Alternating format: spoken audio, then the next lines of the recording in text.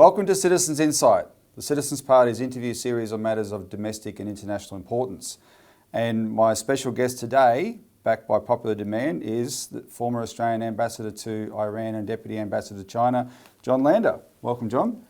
Thank you, Robbie. It's good to be back. There's been so many momentous developments over the last few months that I think it's necessary for us to explore them a bit, and especially their implications for Australia in the light of an impending world war. Well, John, you always bring a lot of clarity to these discussions of relating to international affairs, because that's your area of expertise. That's what you worked in. We've laid out the world map here for the purpose of consulting for our discussion today, because it is a global geostrategic crisis that we're confronted with. It's almost unprecedented. We want to talk about the danger of world war, especially as it relates to Australia, that's coming out of these hotspots in the world at the moment. Of course, if we just cite three hotspots, we may not touch on all of them, but we've got the Russia-Ukraine crisis, you've got the burning hotspot of Israel-Gaza, but you've still got the big one, if it gets out of control, is still China and the question of a war with China. And you've got some very important observations to make about all those things and how they relate to each other. So I appreciate you for joining us today to discuss that. But I think let's talk about the burning one at the moment, because that's where all the world's attention is, and justifiably so. Israel and Gaza.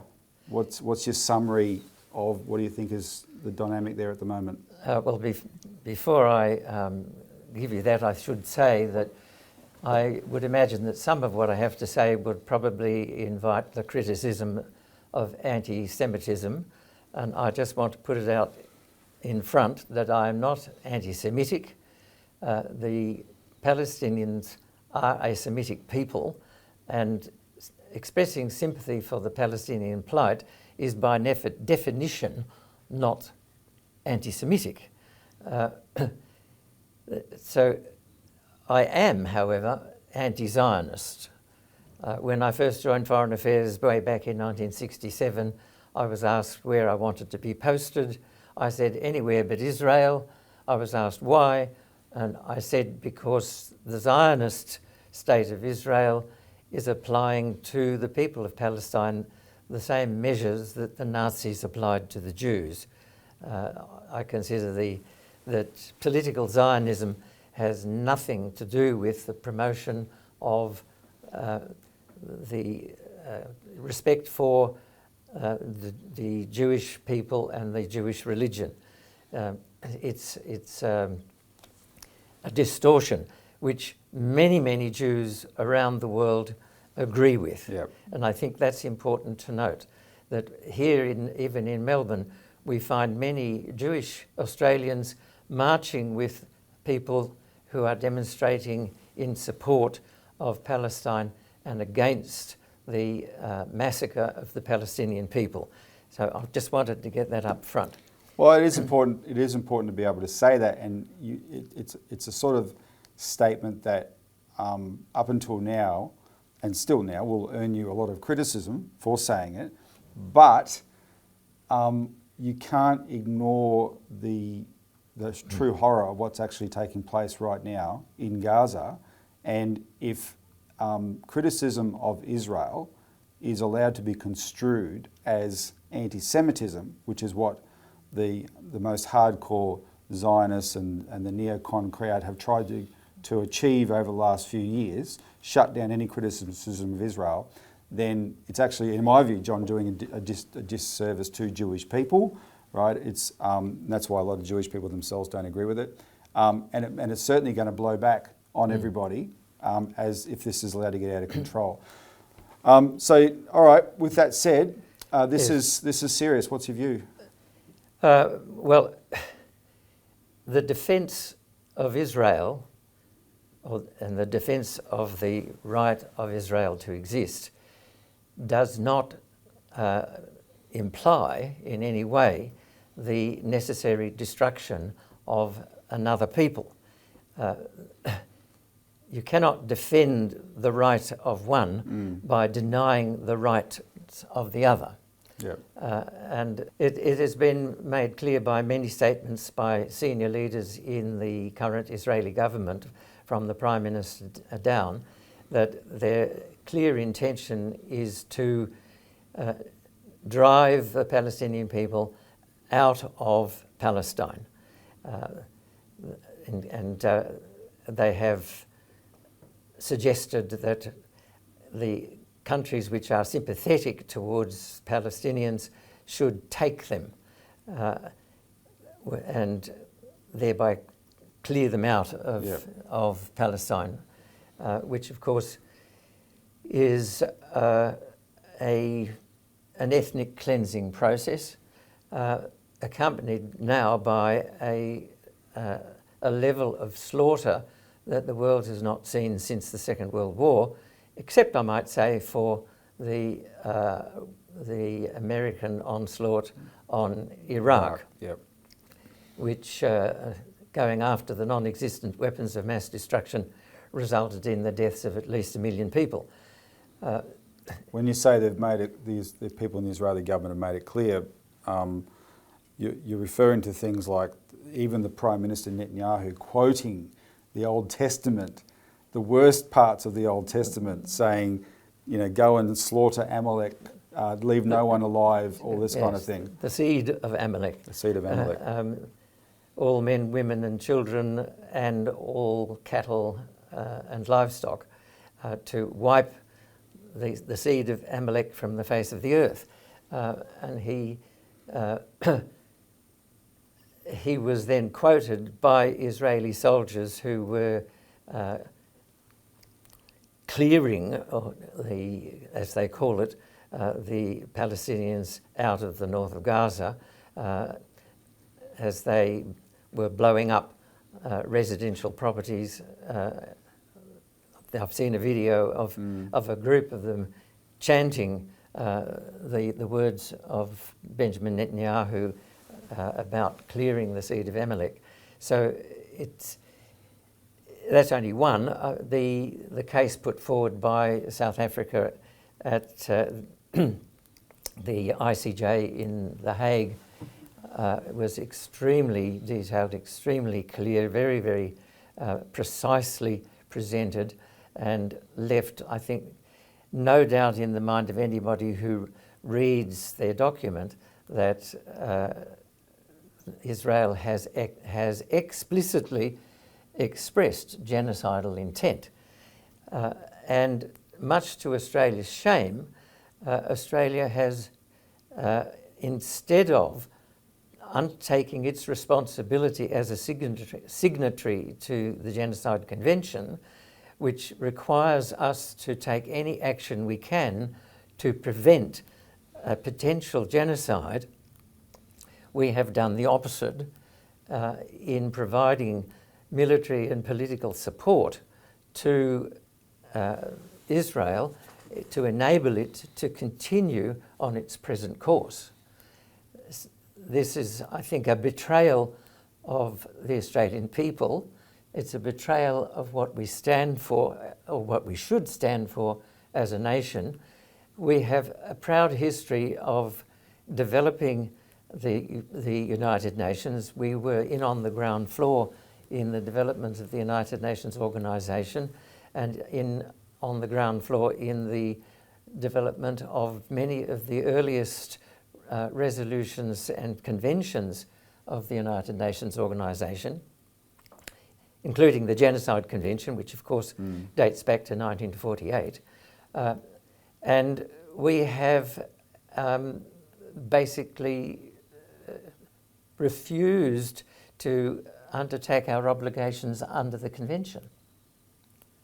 And instead, the one group, we could now call it a country, I think, Yemen, in seeking to prevent commercial shipping to and from Israel, is in fact doing what it can to bring the genocide to a halt. And we have joined in attacking that. Well, Yemen is actually, you're right, Yemen has said that their actions, which are being characterised as equivalent of piracy and terrorism, that their action is actually in support of the Genocide Convention and trying to stop genocide. And what they're effectively trying to do, this is my reading of it, is impose a blockade on Israel. Now, that's being called terrorism, yet the United States, under no authority whatsoever, claims it has the right to impose blockades on countries, right? Well, Israel itself imposes a blockade on Gaza and has done so for 17 years. Exactly. Israel also participates, not that long ago, Israel bombed an Iranian ship in the Persian Gulf going to Syria, right? Because Israel claims the right to have a blockade on Syria. So that's never called terrorism. And this is important for people to understand when they think about, the way this is characterised in the media.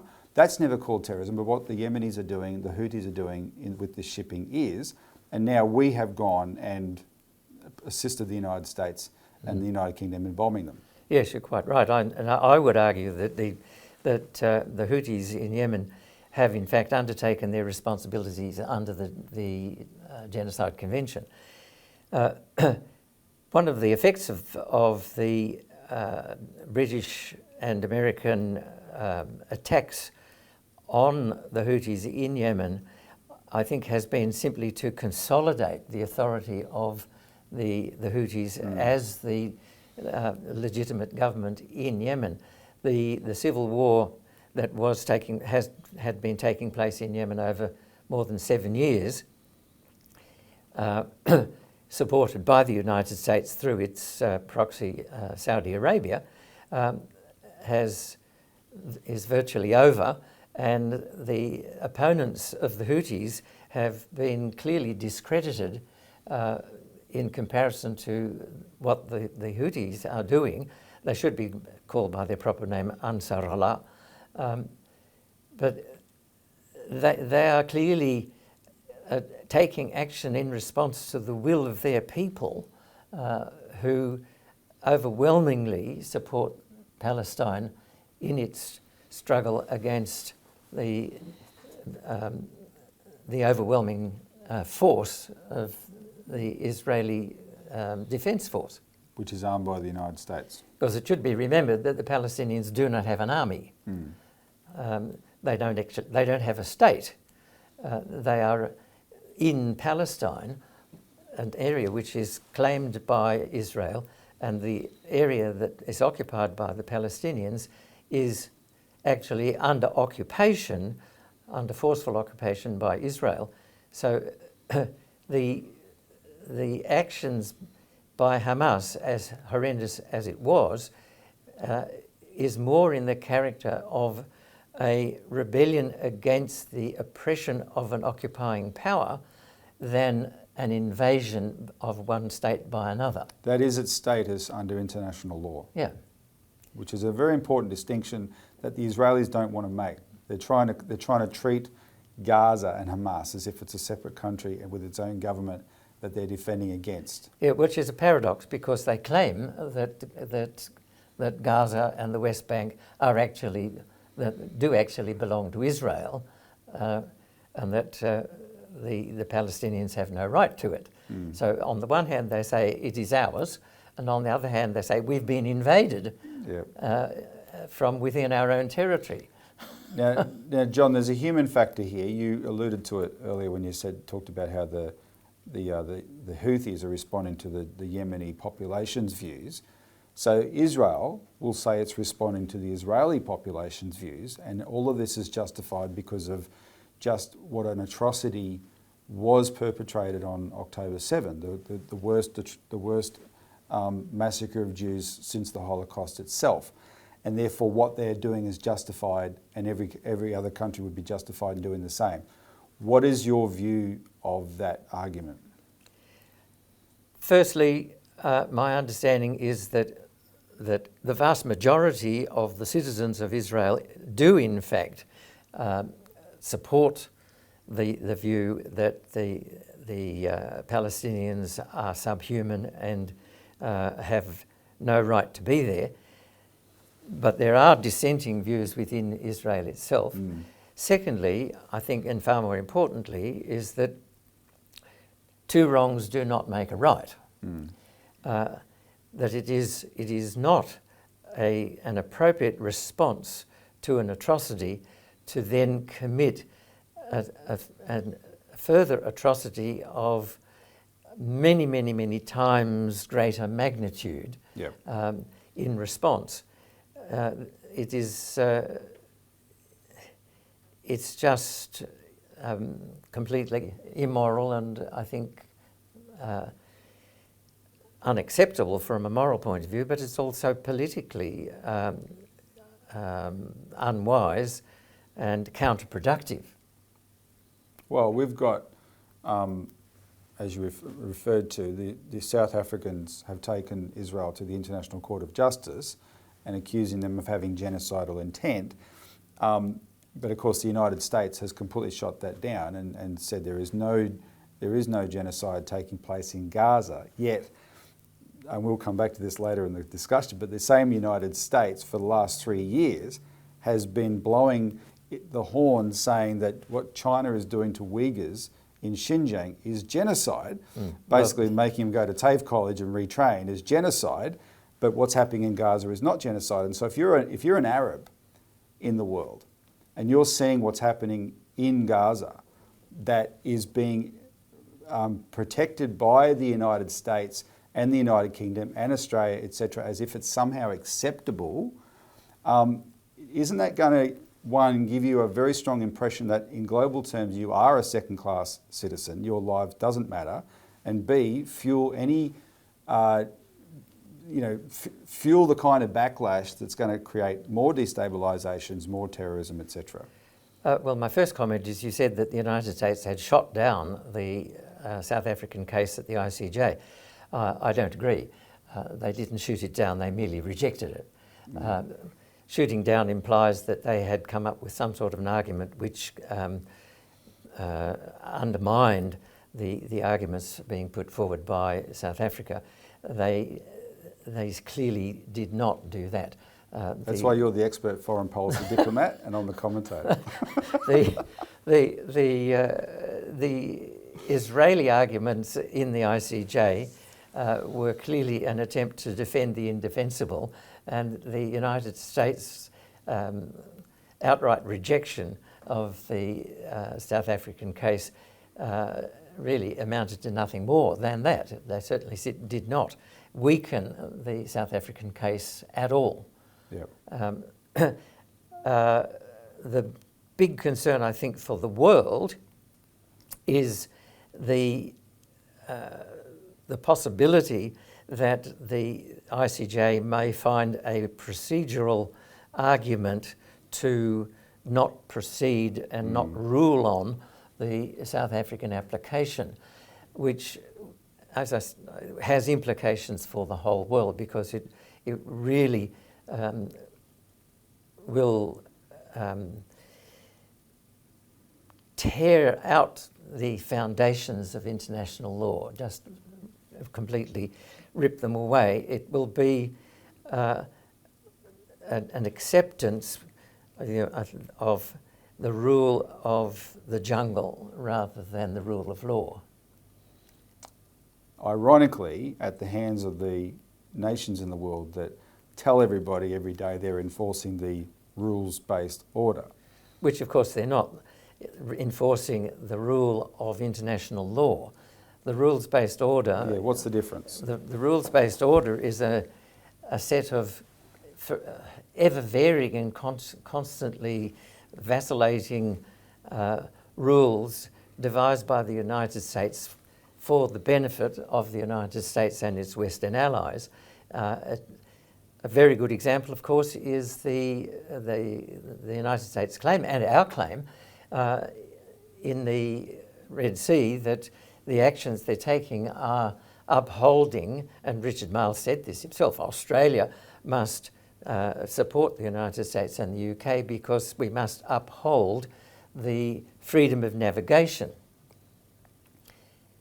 The United Nations Convention on the Law of the Sea is not what the United States is attempting to uphold at all. It is attempting to uphold the right of the Western powers to continue their navigation wherever they please. The United States is not even a signatory to the Law of the Sea Convention and repudiates it quite frequently. So I personally am quite distressed by this glib approach of the Australian government of always insisting that we must uphold the rules-based order, because one of the most difficult things about the rules-based order is finding out what the rules are. The ever-changing rules. The ever-changing rules. And we are going to have to face our responsibilities with regard to China. We cannot continue to pursue a hostile attitude towards China. But we'll come to that in a minute.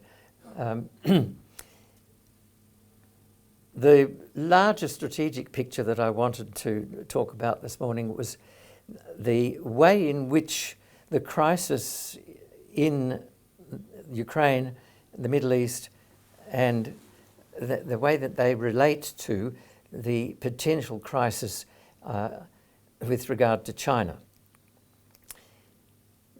First and foremost, the United States has not abandoned its policy of defending its position as of primacy in the world. Yep.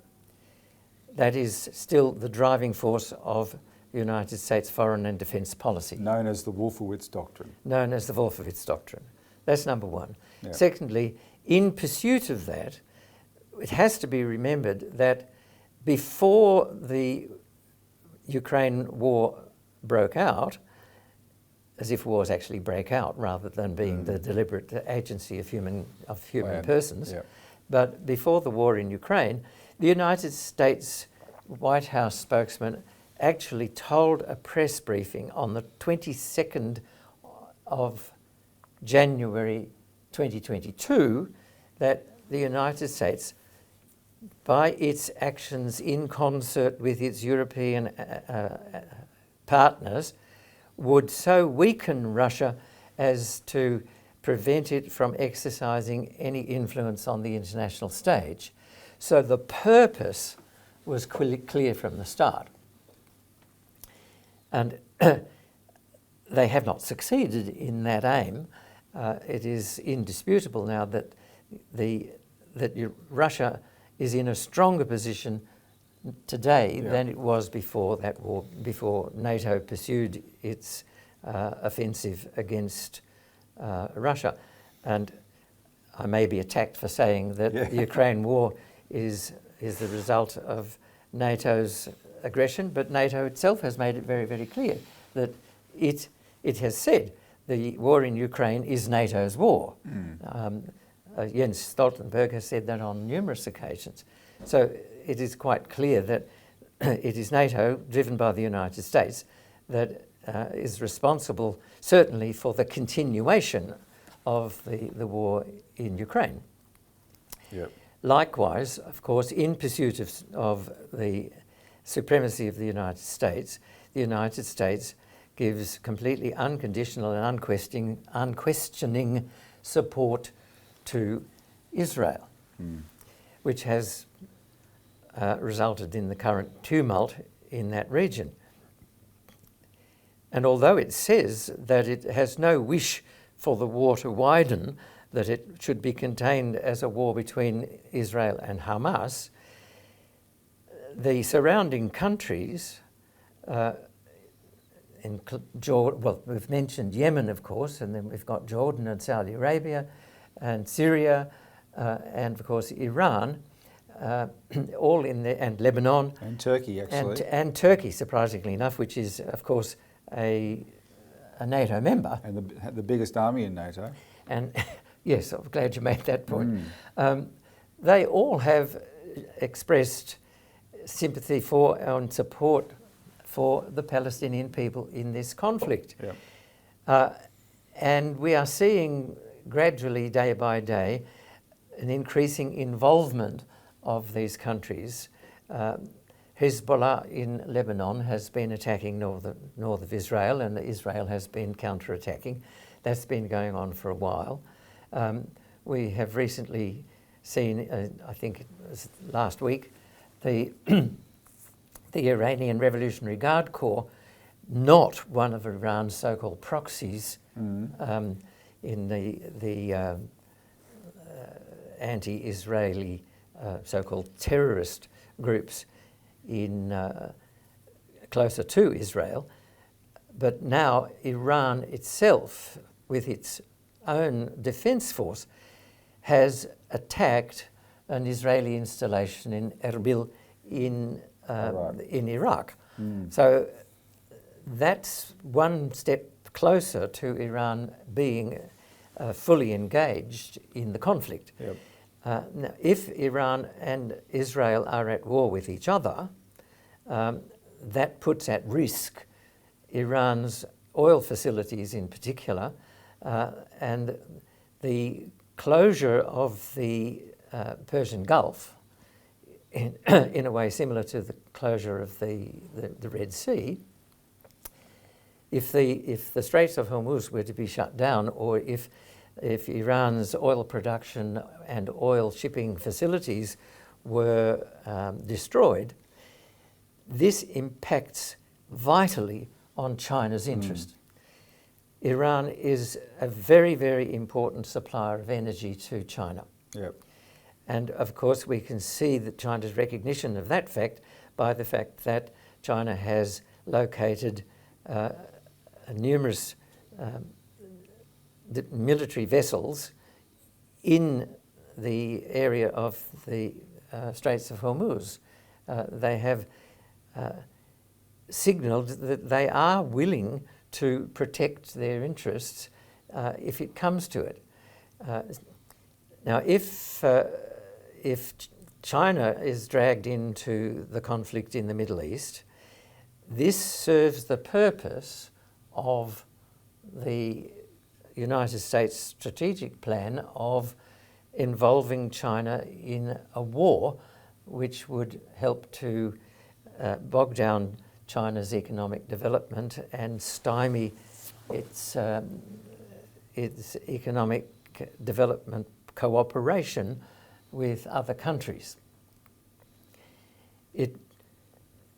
The United States, I would expect to see the United States to try extremely hard, in the same way that it has done in Ukraine, to technically not be engaged in such a war, but to support those who were fighting on the side of Israel. But what you're describing means they also have an incentive to assist Israel in keeping this going.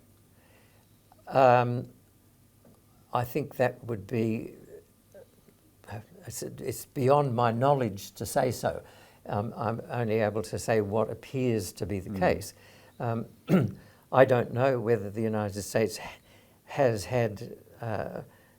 sort of logically worked out that it's in their interest to keep the Israel-Hamas war going, and that they can sort of play a dual game of remaining disengaged themselves whilst ensuring that other countries become engaged.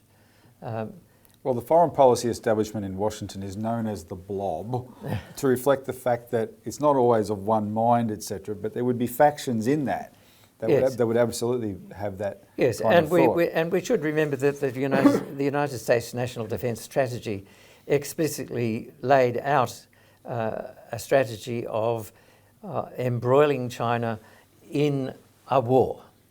Yeah.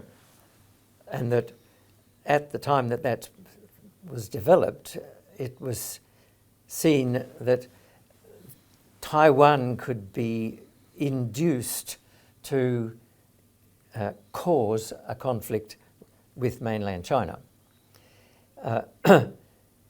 The chances of that happening, I think, have diminished despite the elections in Taiwan. The Taiwan elections resulted in the election as president of the leader of the DPP, which is the Democratic People's Party, which is strongly supported by the National Endowment for Democracy of the United States.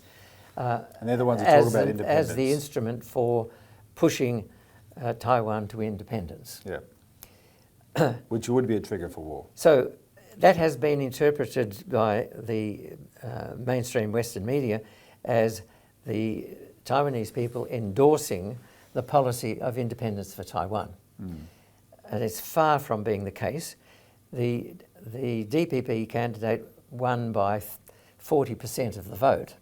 That means that 60% of the vote is not in favour of the DPP's policy regarding potential independence for Taiwan. And explicitly so, because the other two candidates were both explicit about not seeking independence. Getting on with China. And they got 60% of the support. That's 60% of the vote, and there was a 30% of the electorate that didn't vote at all anyway. Didn't vote at all anyway, and who knows what they thought. So the people as a whole in Taiwan have clearly not overwhelmingly supported the DPP's policy of continuing this pursuit of independence. And even William Lai Ching-te, who is now the president of the province of Taiwan, has walked back. He hasn't disavowed, but he certainly walked back from the idea of early independence for Taiwan. And I would expect to see him over time continuing to pursue the expansion of the beneficial relations that have taken place in trade, investment, education, people-to-people exchanges, employment, and so on, between the province of Taiwan and the mainland, which is the preferred course, of course, for the Communist Party of China. The policy of the Communist Party of China is the peaceful reintegration of the life of Taiwan into the life of the nation. And that is continuing to take place. And my impression is that most of the people in Taiwan want that status quo to continue. Now, the Chinese ambassador to Australia on election day, which was last Saturday as we were recording here. Yes, put out an article pointing that out. Yeah. And he's been criticised for it. And he's been attacked for it, not just criticised. He's been accused of threatening Australia, of all things, where he has pointed out the obvious. Australia, I was, of course, as you know, I was involved before, during and after the recognition of the People's Republic of China. 30% of my career was spent working on relations with China. The position that Australia adopted was that we accepted that there was one China, that we accepted that Taiwan is a province of China, that policy of one China incorporating the province of Taiwan was not only accepted by us, but was accepted by every other country that recognised China, and was accepted by the United Nations, which established that the one seat for China in the United Nations was to be occupied by the People's Republic of China. And accepting that was China's requirement for opening up diplomatic relations with us, right? Yes, of course. For which we knew we would benefit because we have access to the world's biggest market. Yeah, all of that. But we did not then argue, nor have we argued since, that Taiwan is officially not part of China. And our official legal position, therefore, is that Taiwan is a province of China.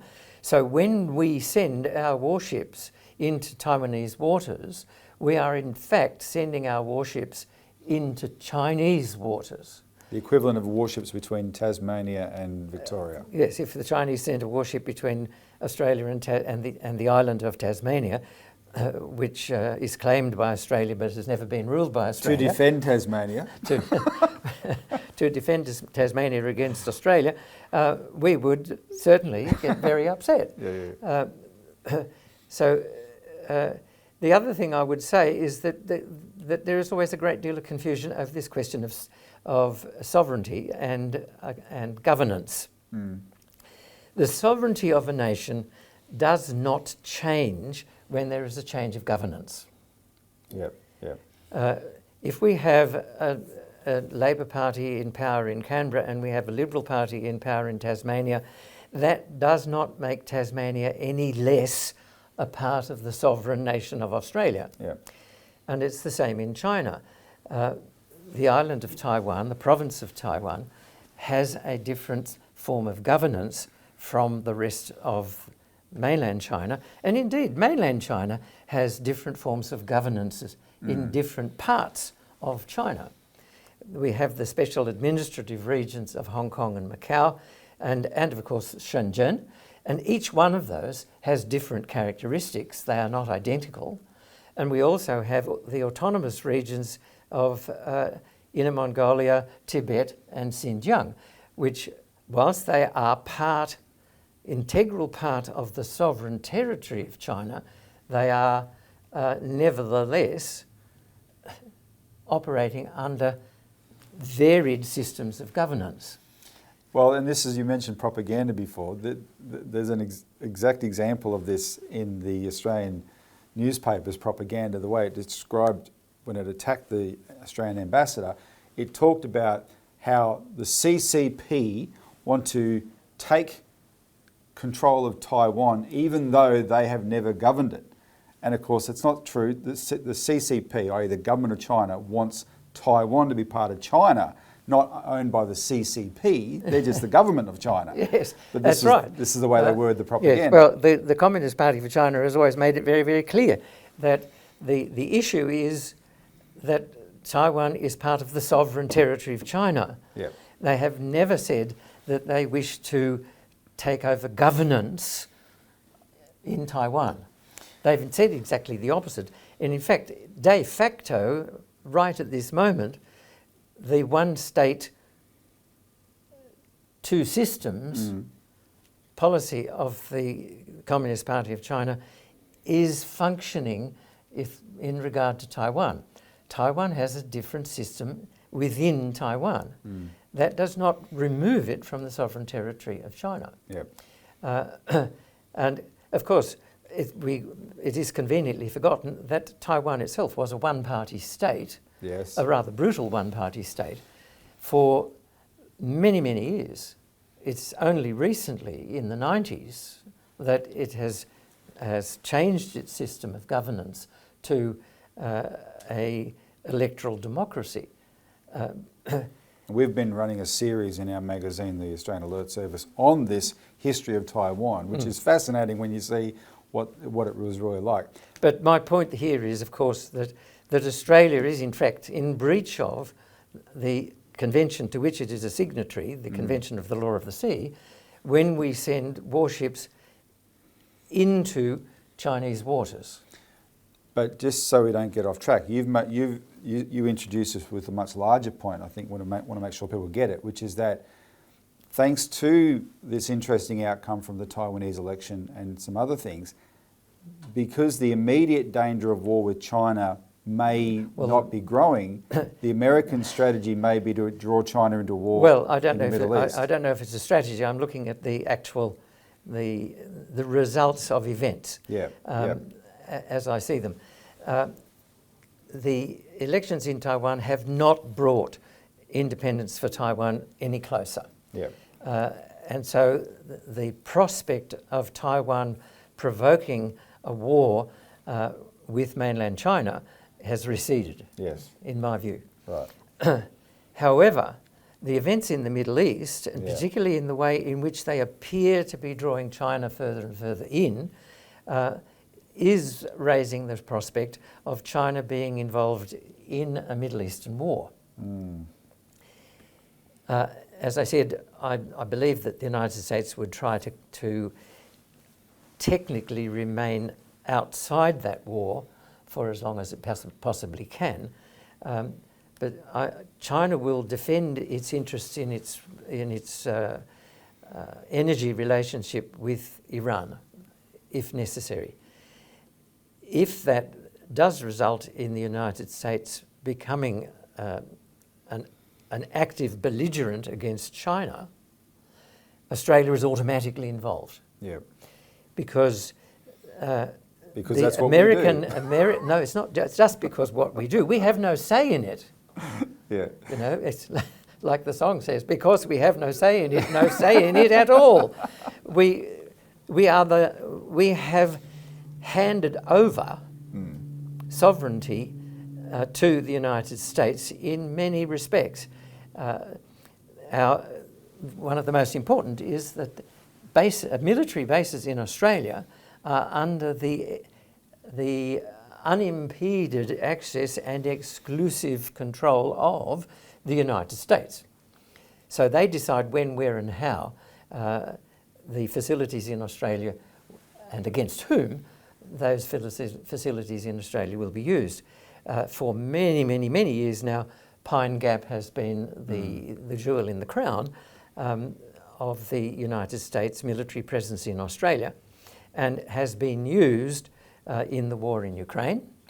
I have no doubt at all that it is currently being used in the war in the Middle East, the Israel-Gaza war. This has been documented. We can confirm that guidance of Israeli strikes has come from Pine Gap. Yes, so Pine Gap is heavily involved.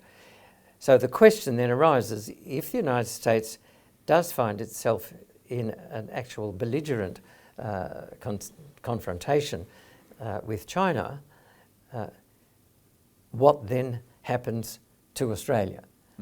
Because the United States undoubtedly would be conducting its operations against China from its command centres in Australia. So to me it would appear to be logical that China would then feel obliged to attack such centres in Australia. And of course Australia, on past performance, would feel obliged to join the United States in any war against China, because we felt that we simply had to, because of the ANZUS alliance, we had to go into the war in Iraq, which was a very shameful episode in Australia's history. We feel that we have to support the United States in its support of Israel against Hamas because of the ANZUS alliance. So I don't think we would have any choice. Richard Marles and I think the Prime Minister have said that Australia has given no guarantees to the United States that we would join it in a war against China, but the United States has left Australia with no choice but to be involved. So it's a bit of irony that the alliance on which we feel our security depends is what will destroy our national security by dragging us into a war. Yes, of course it will. And that, as we've said on previous discussions, that's been pointed out by many people, including the late Malcolm Fraser. I must say, I will reiterate the point I made in a previous interview as well, that when I was working in the Department of Foreign Affairs developing the final communique on recognition of the People's Republic of China, I inserted into a policy planning paper, which I was one of the people involved in drafting, the notion that the ANZUS alliance should mean less to us in the future than it has done in the past, and that Australia should chart independent policies more in the Australian national interest and in the interest of our near neighbours. The exact opposite has happened. None of our near neighbours agrees with our current defence policy. No. In fact, they see it as a threat. They object to it. They see it as threatening. It threatens in various ways. It certainly threatens a nuclear proliferation in the Pacific. We've brought nuclear weapons into an area that they didn't exist before. Previously were excluded. It also threatens a general arms race in our neighbourhood. The more we build up our long-range offensive capabilities, which is what Mr. Miles keeps talking about, our ability to inflict lethal damage on an adversary far from our shores, the more our near neighbours will question our intentions towards them as well. And we would be far better advised, I think, I still think what I said back in 1971 applies, that we would be far better advised to develop much closer relations with our neighbours than to join with the United States in far-flung wars. We should be, of course, at the point that Australia, of course, joined the United States in the war in Ukraine. Mm. Well, John, that brings us to something we can conclude on then, I think. So it's always rather stark and striking to have you on our show with these insights. But let's talk about how should we be thinking if we wanted this not to happen and we actually wanted to bring about peace. What's your view on the kind of role Australia should play and could play in the way the world is manoeuvring at the moment that might be positive and we could help bring about peace? Well, I find that a very difficult question to answer because I have an extremely pessimistic view of where Australia is headed. Mm. I think we've dug ourselves into a very deep hole, and it's very difficult to climb out of. And every passing day we seem to dig ourselves in a little deeper. It would have been preferable for Australia to have simply said, we will abide by our obligations under the Genocide Convention in regard to Israel. Yep. I think part of the problem is, of course, we don't have leaders in Australia, we have rulers. And the rulers ignore not only the opinion of the general public, but they increasingly ignore the opinion of their rank and file. Mm. The rank and file of the Labor Party is clearly not in tune with the government's policies regarding Israel and Hamas, and it's clearly not in tune even with the government's policies towards China. Yep. The schizophrenic policies that we have towards China, where on the one hand we say we want a trade relationship with China, and on the other hand we regard China as the biggest threat. In other words, quite paradoxically, we're asking China to continue to fund the development of our capability to fight them. Yeah. You keep buying our iron ore. We will keep paying the Americans $360 billion for submarines to lock you into your part of the world and keep you there and trap you in and fire missiles on you if we think you're getting too uppity. Yeah, so that brings us back to your question about the United Nations. I think the only way for Australia is to revive its commitment to the ideals of the United Nations, to vote in favour of resolutions that seek to uphold the structure of international law, which we so frequently fail to do in recent times. And couldn't we look at a situation like the Middle East and as a friend of mine who actually is Jewish suggested just before Christmas, who had been as outraged by October 7 as everybody, but when he thought about it more, he thought, we've got a broken situation in the Middle East, and the role of the Americans and the British, etc., it just isn't working. And he suggested now might be the time to bring in countries that have credibility, and it just so happens China in world affairs is a country that has credibility, has good relations with almost all these countries. It does deals, it does business with them all, Yes, including yes, Israel. yes. Funnily And enough. of course, it brokered the reconciliation between Saudi Arabia and Iran. And how big a deal was that? And Well, that was enormous because, firstly, it was reaching an understanding between two opposing forms of Islam. Iran Yep. is Shia, and Saudi Arabia is largely Wahhabi, non-Shia, Sunni. and Sunni. And of course, Iraq. I was in Tehran during the Iran-Iraq War, so I was there when Iraq was bombing Iran and bombing Tehran. Fortunately, no bombs fell on me, but they certainly fell on the city of Tehran. Fortunately for this interview too. While I was there.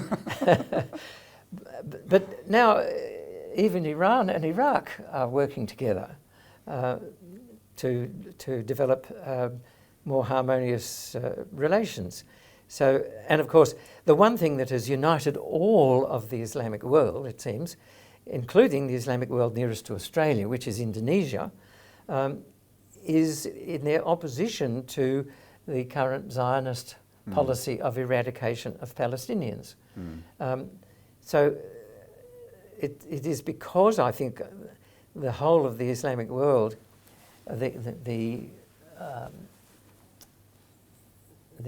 Islamic Cooperation Organization is 21, is it, or 27 countries, all of which have endorsed the opposition to Israel's attack on Palestine, or on the Palestinians. So that's creating a much greater critical mass for a world war. Yep, yep. As you say, China has the respect of the Islamic world. Despite, coming back to your previous point, despite the Western propaganda about China's treatment of the Uyghurs in Xinjiang, which has been so thoroughly debunked so many times, I don't think we need to go there. Except to say that the main block of countries that have explicitly defended China repeatedly have been the Islamic countries. Which is one of the reasons why China has such good relationships with the Islamic countries. But so whether China would be able to broker an understanding in the Israel-Hamas conflict, I don't know, I'm not sure. I think at the moment, by their actions, militarily, China has demonstrated more of an interest in protecting their own economic and particularly energy interests rather than becoming,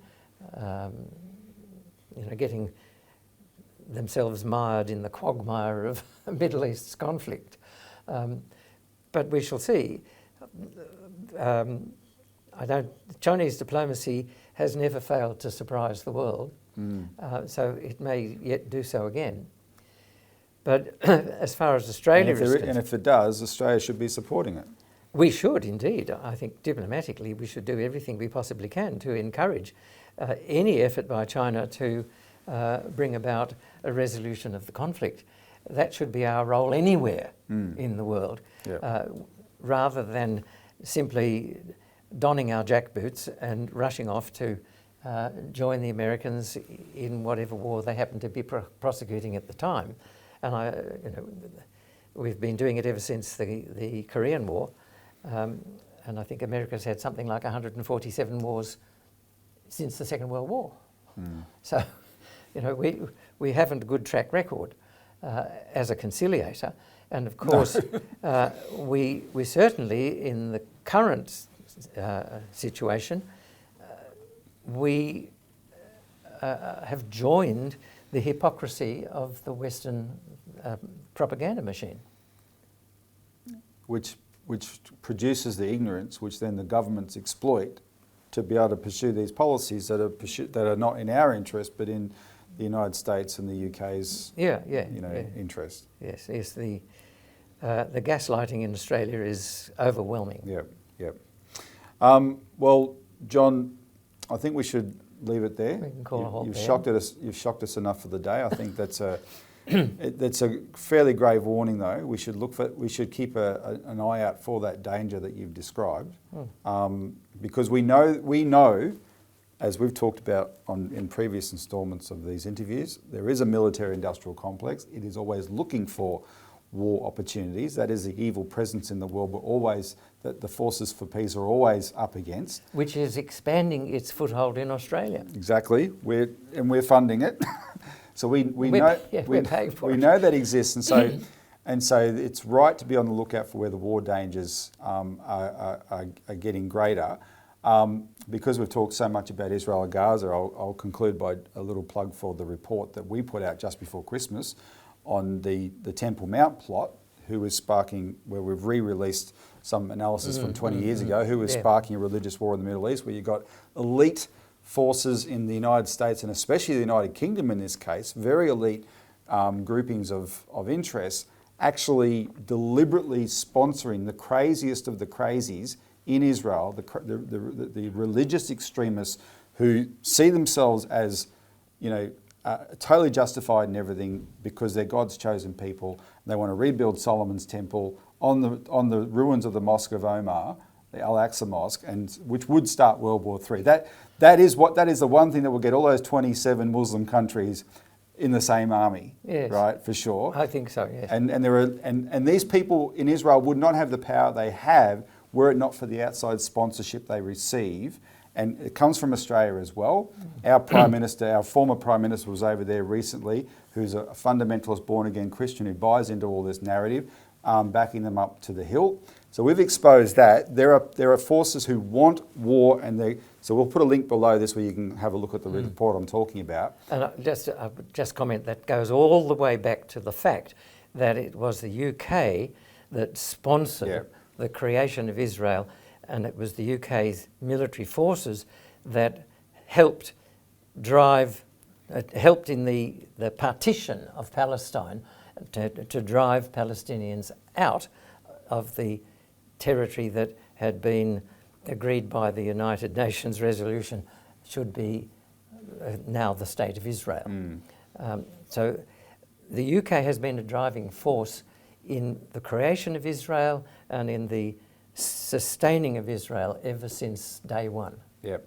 No, for sure. Our party is not a party that goes around trying to decry the existence of Israel, etc. We like to look at what's the possibility to bring peace to all places. How could you bring a lasting peace between the Israelis and the Palestinians, etc.? We don't have a chip on our shoulder about Israel, but we see the hypocrisy. And now we see the hypocrisy in the worst possible terms, because there is an absolute massacre. There's, of the 24,000 civilians in Gaza that have been killed, over 10,000 are children. There's 1,000 children. Those numbers are increasing every day. Exactly. There's 1,000 children who have had limbs amputated without anaesthetic because of the blockade on Gaza, right? That's right. And that is acceptable to our government. And it's acceptable in the minds of so many people in the West because they are numbers, they are faceless and nameless. Yep. So it's just a statistic. Whereas... while we claim we're the champions of human rights, though. Yeah, that's what I meant about hypocrisy. All right. Well, anyway, obviously, if we kept going in this vein, we wouldn't stop. We'd be here all day. I just wanted to thank you for the opportunity to sound the warning again to Australia. Watch out. War is coming, and we're not doing anything to avoid it. Yeah. All right. Well, John, thank you very much for joining us today. Thanks to the viewer for watching Citizens Insight. Stay tuned for more instalments. We plan to do a lot more of our Citizens Insight interviews this year. We didn't do very many last year. Yeah, good. But there's a lot to be said, so look out for more instalments in the future, including the one that we're planning next in a couple of weeks' time will be about this Temple Mount plot. We're going to do an interview with one of the authors of the analysis of that. So look out for that. But in the meantime, thanks for tuning in. Please help us get this message around. Like it. Share it on your social media and through email, etc. subscribe to the show, click on the bell icon so you get notified of future episodes, and help us get it around. Thanks for tuning in, and we'll see you next time on Citizens Insight.